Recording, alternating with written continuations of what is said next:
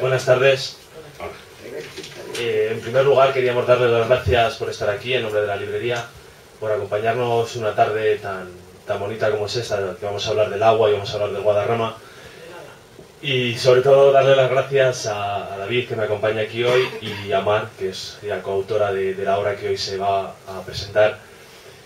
Y bueno, qué decirles, vamos a hablar del agua, un elemento tan importante a lo largo de la historia y de la evolución del ser humano. Y además vamos a hablar de sus cauces, de sus caceras, que son parte de esa historia nuestra y que son algo que pienso y creo que compartimos, que hay que recuperar, que hay que tener presente, que hay que poner en valor, porque bueno, tiene esa importancia histórica, pero también tiene una importancia de futuro. Y sin más, animarles a que disfruten de esta tarde y sobre todo animarles a que disfruten del libro, que es un libro maravilloso. Si cuando terminen tienen ocasión y le hojean, van a disfrutar y van a ver lo bueno y lo bonito que es este libro. Y sin más, pues reiterar agradecimiento y nada. Muchas gracias en primer lugar a la librería Ícaro por permitirnos hacer esta presentación aquí, y gracias a ustedes por asistir. Es para presentar un libro que es el resultado de 10 años de investigación. 10 años que comenzaron hace pues, un poquito más de 10 años con un libro de Caja Segovia, una beca de Caja Segovia, se titulaba Caceras de la provincia de Segovia, un recorrido por la tradición. Ahí empezamos era un libro más dedicado a itinerarios por las caceras, pero ahí también recogimos algo de la tradición asociada a las caceras. Y bueno, nos enganchó, y a lo largo de 10 años, poco a poco, a ratos, hemos ido consiguiendo más información documental, más testimonios, hemos conocido bastante más cosas, ampliamos bastante más el proyecto inicial, y el resultado es un resumen, porque tenemos varias carpetas bastante contundentes de documentación, tenemos muchos archivos digitales con fotografías, con grabaciones de las personas, los protagonistas realmente de este libro y de esta cultura del agua.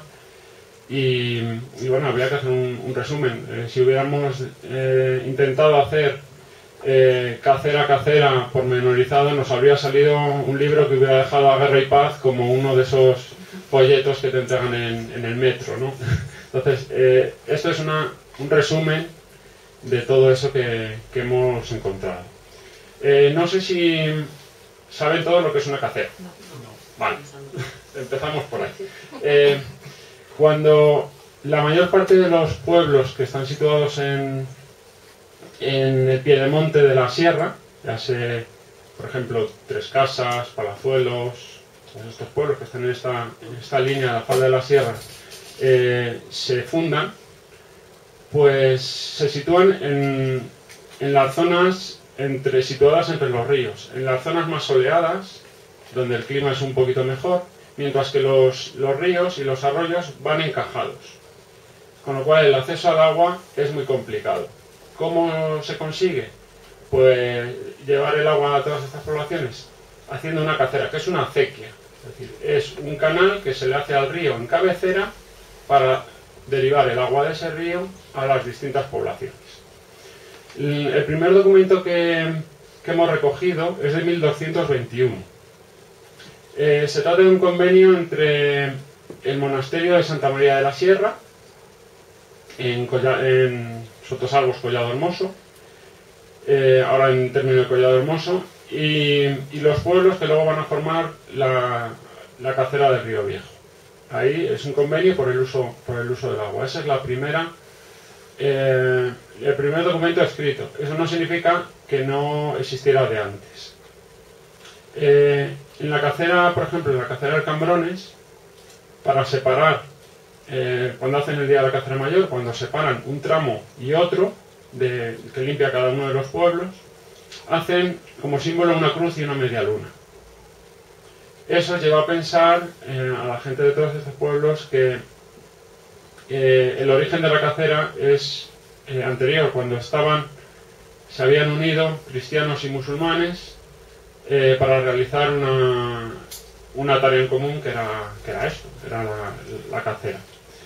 Por la dificultad que tiene para el trazado y de toda la cacera y toda la distribución que tiene la cacera, pensamos que el origen es musulmán, de los árabes. Los árabes eran los que tenían los conocimientos que habían heredado de griegos y romanos a través de Bizancio. Lo traen por el norte de África hacia la península, y luego de la península se irradia al resto de Europa. Europa lo había perdido en la Edad Media, con la caída del Imperio Romano había perdido todo este conocimiento. Entonces ellos lo traen y mejoran las técnicas de ingeniería romanas. Hay que darse cuenta que estas caceras, hay algunas caceras que suministraban agua a más de 10 poblaciones. Hay que calcular primero el caudal que se necesita coger, el trayecto para llegar a un punto a partir del cual se puedan empezar a derivar las distintas caceras hija para las distintas poblaciones, y dentro de cada población donde se tienen que realizar las distintas divisiones para regar las distintas zonas que se regaban. Las caceras se utilizan para abastecimiento, riego de prados, de dehesas y sobre todo de linares. El cultivo del lino también es algo muy importante, ha sido muy importante en la Sierra de Guadarrama. Hasta los últimos pueblos que lo han cultivado ha sido en los años 50-60. En todas las ordenanzas de las caceras, que van desde el siglo, la primera es 1221, pero el siguiente documento es de 1401, se hace referencia al cultivo del lino, la necesidad de estas caceras para el cultivo del lino. Las caceras que hemos estudiado son 7. Por un lado tendríamos una que nace muy cerquita de aquí, entre la Granja y Balsaín, del río Eresma, que es la cacera de Navalcaz. La cacera de Navalcaz regaba o abastecía a 4 poblaciones, de las cuales lo único que queda en pie es Aldea Nueva, la dehesa de Aldea Nueva, la torre de Aldea Nueva, que llaman la finca de Domingo Ortega. Abastecía a Rosales, que era un barrio supuestamente de Palazuelos, que hay dos teorías. Una decía que estaba situada en lo que hoy es la Quinta de Quitapesares, y hay otra teoría que dice que estaba en lo que hoy es Carrascalejo. Luego, Aldea Nueva, Juarrillos, donde hoy está situada la ermita de Juarrillos, ahí había un poblado. Y luego Gallo Coceado. Gallo Coceado era un barrio de Segovia que estaba situado más o menos por detrás del lago, hacia la carretera Palazuelos. Los testimonios dicen, en el kilómetro 1,5 a la derecha de la carretera que va de Segovia a Palazuelos. Ahí había un pueblo que se llamaba Gallo Coceado. Gallo Coceado luego le cedió el agua al barrio de labradores del Cristo del Mercado de Segovia. Se regaba toda la zona de Baterías. Donde está Baterías, todo eso se regaba en un principio seguramente coralino y luego patatas. Luego tenemos la cacera del Cambrones. La cacera del Cambrones abastecía a Palazuelos, San Cristóbal, Tabanera, Tres Casas, Sonsoto y San Cristóbal, y la Lastrilla. No llegaba hasta la Lastrilla arriba, sino que llegaba a la zona que es del Sotillo. Llegaba hasta el Sotillo. También había dos poblaciones, una que se llamaba Aragoneses, que desapareció y que estaba situada muy cerquita de San Cristóbal, y otra que se llamaba Ojalvilla, que es por lo que la Lastrilla coge el agua, porque estaba en su término y llegaba hasta el Sotillo. Luego la cacera de San Medel, que es una de las más complicadas porque abastece a 10 poblaciones. Abastecía antiguamente a 12, porque otros dos desaparecieron. Son Cabanillas del Monte, Torre Caballeros, La Aldehuela, son dos barrios diferentes, aunque ahora esté todo unido. Espierdo, Tizneros La Higuera, Basardilla, Brieva, Adrada de Pirón, que fijaos dónde está. ¿Vale? Aquí nace, y aquí está Adrada de Pirón, que es el sitio más alejado. Brieva, Basardilla, Santo Domingo de Pirón. Todas estas poblaciones las regaba la cacera de San Medel. La cacera del Río Viejo que esta también es una de las más complicadas, aparte porque en su organización había una parte que pertenecía a Tierra de Pedraza y otra de Tierra de Segovia, con lo cual eran dos jurisdicciones totalmente diferentes, y para ponerse de acuerdo, bueno, pues hubo varias guerras del agua, que de eso también se habla, forma parte de la cultura y la historia, y están recogidos también en el libro. Bueno, pues esta abastecía por la parte de Pedraza, Collado Hermoso, un despoblado que había en la Salceda, que se llamaba Robledillo, y luego La Mata, Santiago de Pedraza, y hasta Requijada llegaba. Requijada estaba más o menos por aquí. O sea que también era, por un lado, abastecía aquí. Y por el otro lado, por el lado de Tierra de Segovia, Sotosalbos, Pelayo, Santo Domingo de Pirón. Estos eran listos porque cogían el agua de dos sitios, de San Medel y del Río Viejo. Losana de Pirón, la costa y sus barrios, que son Aldeasaz, Berrocal y Carrascal, hasta Torreiglesias. Fijaos dónde está Torreiglesias. Y un despoblado que había por aquí entre la cuesta, bueno, Tenzuela, que está por Pelayos, Berrocal, la cuesta, aquí, Tenzuela. Y un despoblado que había entre Tenzuela y Losana, que pertenecía a la costa, que se llamaba Las Navas. Luego la cacera del arroyo Truchas y Pinar, que abastecía, recogía un barrio de Santiuste de Pedraza, y luego Torreval y el Valle de San Pedro. Y luego la cacera del Ceguilla, que recogía el barrio de Ceguilla, de Aldalengua de Pedraza, un despoblado que había en Navafría se llamaba Las Navas, y Galíndez, que está aquí. Y por último, que es la singularidad con respecto a las 7 estudiadas, es la de Caballar. Caballar no cogía el agua de la sierra de ningún río, sino que lo cogía de dos fuentes que tiene. Había una comunidad de aguas entre Caballar y Turégano, porque del agua de las fuentes, una vez que se juntaban, se formaba el arroyo Mulas, que pasaba por Turégano, y que lo utilizaban los de Turégano para regar las huertas que tenían. Igual que Caballar regaba las huertas. Entonces había una comunidad de aguas. Estas son 7 comunidades de agua, 7 mancomunidades, digamos. Hoy lo llamaríamos mancomunidades, 7 comunidades de agua. Y bueno, han generado una cultura muy interesante, con juntas, con turnos de riego, con reparticiones, etc. Todo eso lo tenemos ahí hecho un resumen en el libro. Hemos recogido, pues ya les digo, toda información documental, hemos recorrido caceras, hemos hecho censos, muestreos de vegetación, de fauna, hemos hecho muchas entrevistas, no son mayores. Lo más importante de este libro quizás sean los testimonios de toda esta gente. Algunos de ellos ya no están con nosotros, porque se nos está yendo la última generación que ha conocido todas estas caceras a pleno rendimiento, funcionando. La gente que tiene ahora entre 80 y 90 años. Luego saldrá en el vídeo algunas de las personas que nos han ayudado. Una de ellas, a las 3 semanas de hacerle la entrevista, murió. Fue justo, además de un pueblo de Tenzuela, que la única persona que ya sabía cómo funcionaban las cosas en aquel pueblo, porque había vivido toda su vida y seguía viviendo allí, era él. Y ya no tenemos la posibilidad de, oye, tengo una duda sobre esto, ¿cómo lo hacéis? O intentar ampliar información, porque ya no está, ¿no? Entonces estamos en un momento crucial para poder recuperar toda esta cultura. Las caceras no son solo importantes desde el punto de vista histórico, cultural, etnográfico, sino también desde el punto de vista ambiental. Existen generan ecosistemas alejados de la sierra, que de otra manera, que sin la existencia de estas caceras no podrían sobrevivir. Estamos hablando de fresnedas, de prados, de dehesas, que de otra manera el agua no les llegaría y no se podrían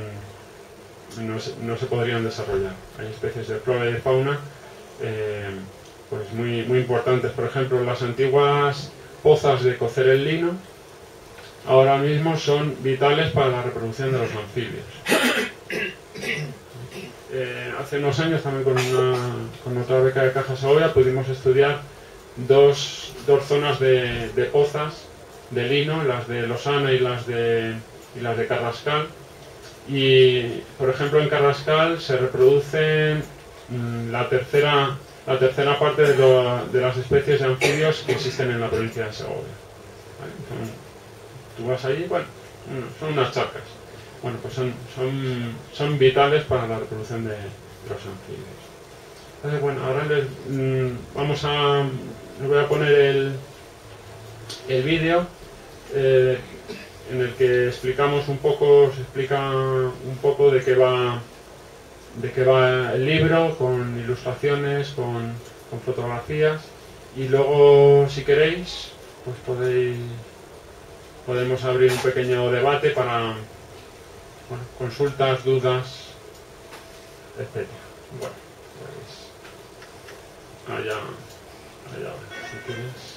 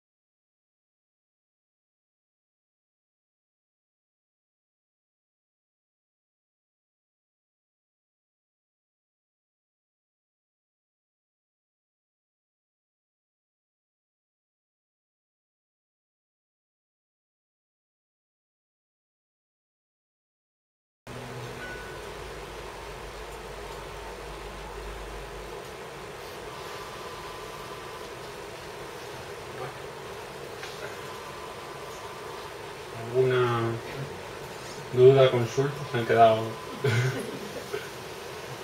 bueno, una cosilla. ¿Por qué se llama Ecos del Agua? Porque ya lo que era la cultura que había hace unos años, la cultura esta del agua, ya solo nos quedan pequeñas reminiscencias. Ya, por ejemplo, la cacera del Río Viejo ya no se limpia. La cacera en Navalcaz prácticamente ya tampoco.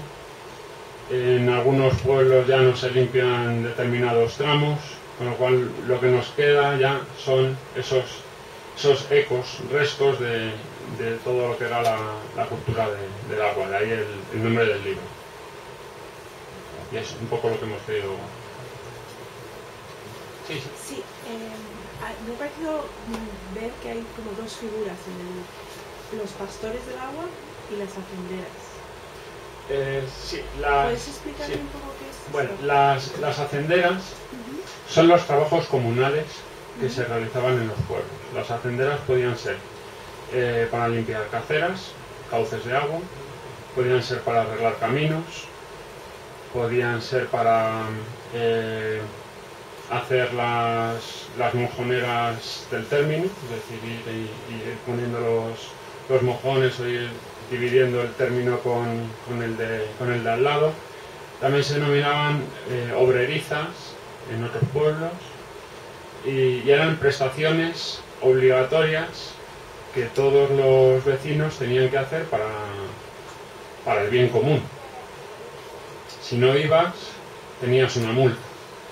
¿Eran mujeres? Eran generalmente hombres los que estaban obligados a ir de cada casa, cada vecino tenía que ir uno. Las mujeres estaban aparte de todos estos trabajos, aunque por ejemplo en el concejo de Torreval de San Pedro las mujeres eran las encargadas de ir a limpiar las fuentes. Incluso si la mujer estaba viuda, es decir, que no podía ir nadie del marido a estas hacenderas, a las mujeres las dejaban ir a limpiar unos pequeños tramos de caceras al lado del pueblo. Pero trabajos que no eran muy físicos. A todos estos trabajos iban los hombres.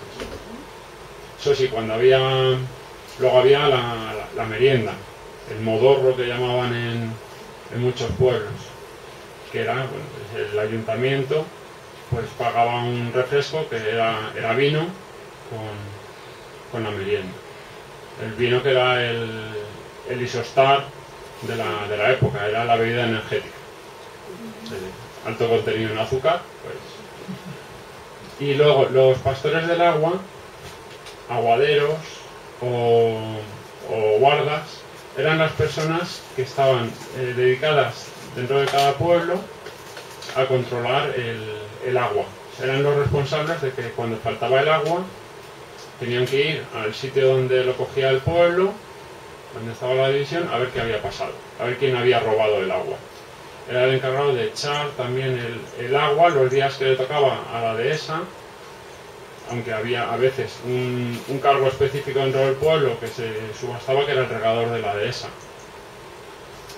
Estas personas eran los encargados de vigilar el agua dentro de cada uno de los pueblos. En otros sitios se llamaba, en unas caceras se llamaban pastores de agua, en otros aguaderos y en otros guardas. Si llega un poco tarde, ¿las caceras se usan para abastecimiento también? Sí. ¿Y el sistema de depuración aquí en Avino o ya? El agua de la sierra es limpia y pura. Sí, pero para el valle ya. ¿Eh? El valle, ¿no? Prácticamente no había industrias que hubiera contaminación. Estaba prácticamente... no había sistema de depuración. Y llegaban a las fuentes y de ahí cogían. No había un sistema de depuración, digamos, como el romano. Antes dijiste que había influencia árabe y las podía ser de... Los romanos eran muy buenos en general. Sí, pero realmente los romanos lo que hacían era cogían el agua de un punto y decantaban, pero lo utilizaban solo para abastecimiento, para grandes ciudades. El resto como que les daba un poco igual. La península ibérica la dedicaban sobre todo para cereal viñedo y olivo.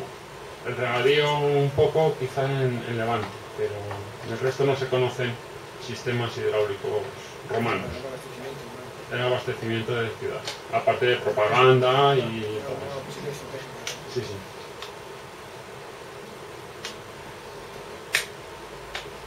Parece que ha quedado todo claro. Yo sí que te quería hacer una pregunta. Sí. ¿Hay alguna fórmula que se pueda recuperar todo ese... o tú crees que puede haber alguna forma de recuperar esa tradición de labradores, de pastores, de mantener y conservar todo ese pasado? La cosa está un poco complicada porque, bueno, todavía existe la figura del pastor en la cacera de San Medel, aunque ya no hacen las tareas que realizaban, es un poco testimonial por mantener un poco la tradición.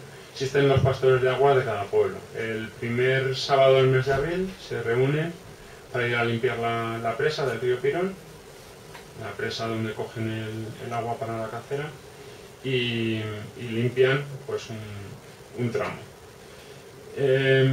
La Confederación lo está poniendo muy mal, porque ahora exige unos estatutos muy... todas estas caceras y estas comunidades de agua se han ido manteniendo con un derecho, digamos, escrito en las ordenanzas, pero también un derecho no escrito, por costumbre. Y todo eso es muy complicado porque los estatutos de las comunidades de regantes tienen que ser, están prácticamente tabulados, ¿no? Son prácticamente todos iguales. Y exigen un canon por un determinado caudal que tú coges del río, que muchas veces no logran coger, ni en invierno. Entonces, sabemos que hay por ejemplo en la cacera de San Medel, que incluso los guardas están diciendo que no pueden abrir la presa porque tiene que ir el agua por el río.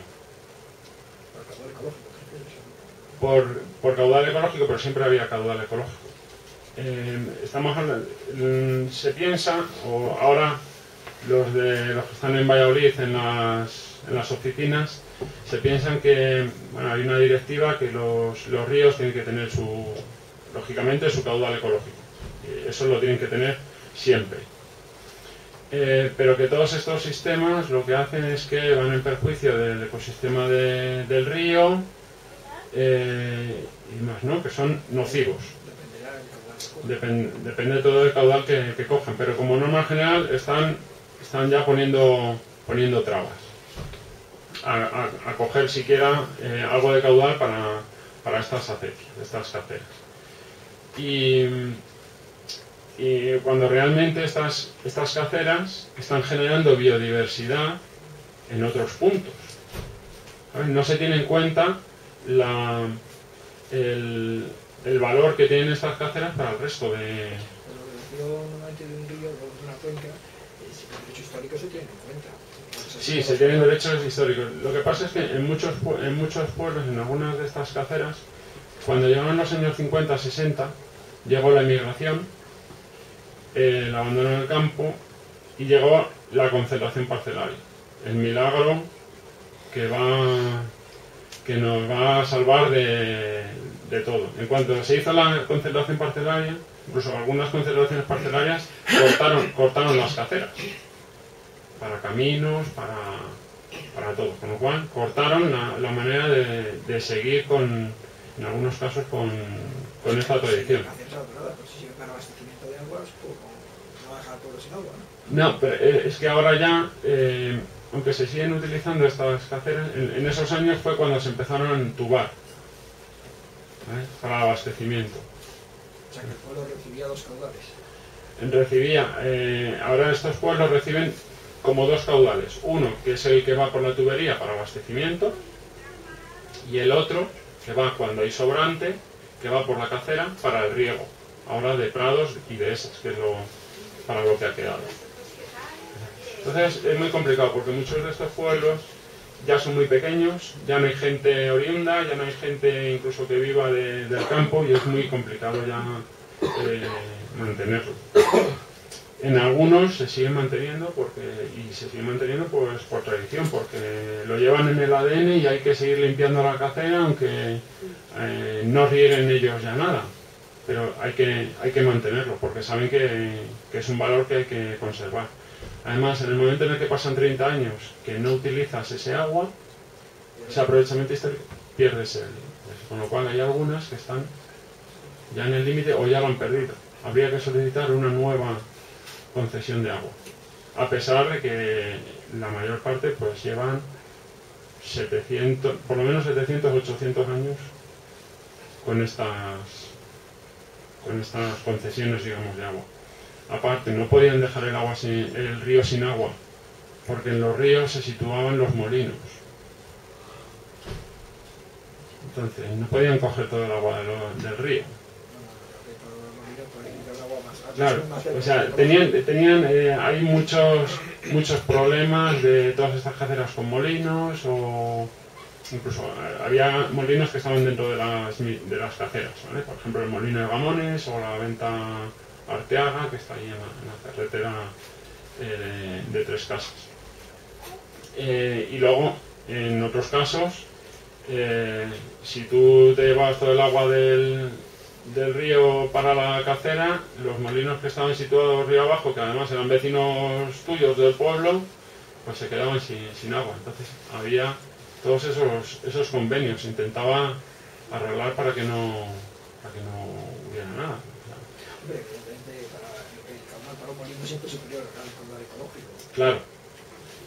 Entonces, bueno, es una directiva que te obliga, digamos, a eso, pero lo hacen a rajatabla, sin tener en cuenta que los beneficios o los servicios que aportan estas caceras. Las normas son europeas. Sí, pero las normas europeas se pueden interpretar, depende de cómo lo interpretes, cómo la ejecutes la norma. Sí. Pero bueno, depende de cómo lo interpretes. Para unas cosas, por ejemplo, para el dominio público hidráulico, es decir, tu zona de paso, tu zona de servidumbre, la confederación no es tan estricta, digamos. Muchas de estas caceras, si quieres hacer el trayecto por la cacera, están valladas. Y tienen que hay un derecho de paso. El conde o el marqués o seas el propietario de una multinacional, pues me vas a cortar el paso por un derecho histórico. Está pasando en la Mata Pirón. Y aquí. O sea, ese derecho hay que respetarlo. También. Pero claro, sí, bueno, hay muchas justificaciones, sí. Nos podemos buscar todas las justificaciones que queramos, pero que... La cañada la tienes. De la cañada. Sí. Pero que bueno, depende de la interpretación que le des a la normativa. Ya, pero si tienen orden de no tocar mucho las narices a los propietarios, pues ya está.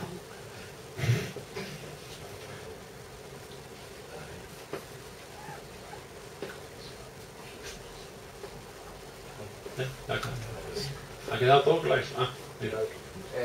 Los libros de antes, que venía reflejado cada uno, lo que tenía que sus horas, su tal, eso yo más o menos sé cómo funcionan, pero no sé bien cómo funcionan.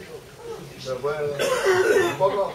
Sí, los libros de riego existían prácticamente en todos los pueblos. Dentro de cada pueblo, bueno, siempre había dos hojas, ¿no? Se sembraba una en barbecho, otra la de secano, pero la de regadío se regaba, se cultivaba todos los años. Esa zona de regadío generalmente eran linares o prados. Los linares en un principio para lino y posteriormente los linares se sembraron de patatas. Pero esas tierras se siguen llamando linares. Por esa tradición, ese cultivo antiguo. Cada persona pues cada vecino pues tenía linares por allí, linares por allá, repartidos por todas las zonas del pueblo que se regaban. Entonces había veces que, claro, cuando empezaba a faltar un poco el agua, o simplemente venía el agua pues un poquito más justa, había que hacer un libro de riego para que todas las tierras se pudieran regar. Se organizaban las tandas de riego por las distintas zonas que se regaban y se hacía pues un libro en el que venían los propietarios de cada finca, la extensión y la hora de riego. Había veces que, claro, te tocaba a la misma hora en un sitio y en otro, en la otra punta. Entonces les tocaba ir generalmente a los más pequeños y a regar incluso por la noche. De ahí el título del capítulo, Regando a la luz de un farol, porque era algo que la gente siempre era algo que recordaban, de regar, de tener que ir con un farol de aceite a regar por la noche, a veces con tormenta, con lo cual si eras un poquito más miedoso, los truenos por la sierra, pues lo pasaban un poco mal, o que se quedaban dormidos. Entonces pues claro, te tocaba a las 4 o las 5 de la mañana. Entonces el truco era poner el pie al final del surco, para cuando llegaba el agua a un determinado nivel, te despertabas y lo pasabas al siguiente surco. Bueno, pues estos libros de riego y que existían, solo hemos podido recuperar dos. Uno en Caballar, para el riego de huertas, y otro en La Salceda. El de La Salceda es más antiguo, está desde mediados del siglo XIX hasta principios del XX. Entonces estos libros, bueno, cada semana se iban sorteando los tiempos de riego, las zonas y estaba escrupulosamente todo hecho. Si te pasabas de la hora de riego, no lo entregabas a tiempo, multa. ¿Vale? El agua era un bien preciado y había que aprovecharla hasta el máximo. Y una vez que acababa el turno de riego, le pasabas la vez al del linar de al lado para que regaran sus patatas o su huerto el siguiente. Y esos libros, pues en muchos pueblos han desaparecido. Pues a partir de los años 50-60, cuando es la migración, se quedan 4 en los pueblos, la mayor parte se va y todos esos libros desaparecen. Así se hacía básicamente un libro, se quedaba un día a la semana y se iba diciendo: el agua va a venir por aquí, se va a regar, cada uno tiene, de acuerdo a la extensión de la finca, así tenías de tiempo de riego.